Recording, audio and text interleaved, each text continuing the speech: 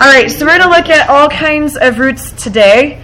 The directions say we're going to state the possible rational roots for each function, and then we're going to find all roots, rational, irrational, and complex.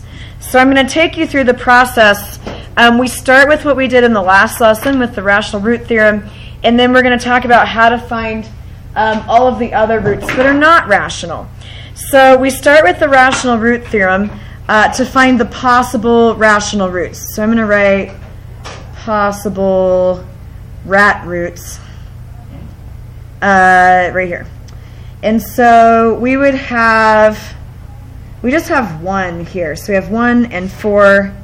So you could think of it as 1 just has 1, and then for 4 you have the factors 1, 2, and 4 that go into 4, and that gives us our possible rational roots. 1 is the only possible numerator, but 1, 2, and 4 are the possible roots for the denominator, and that just came from the last number and the first number in the polynomial. So our possible rational roots would be plus or minus 1, plus or minus 1/2, and plus or minus 1/4. And we'll go ahead and box that because it does tell us to get that. So that's the first set of answers that it is looking for.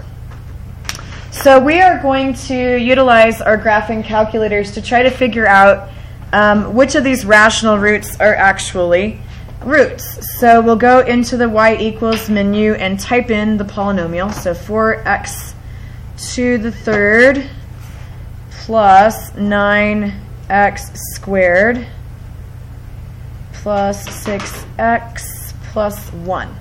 And we'll just take a look at the graph. So we'll hit the graph key and try to figure out which of these are possible roots.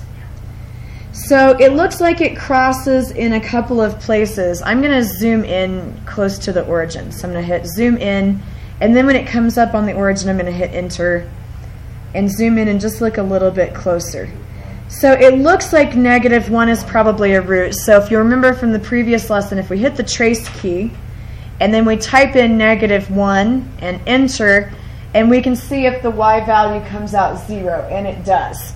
And so -1 is for sure a root. Dang it.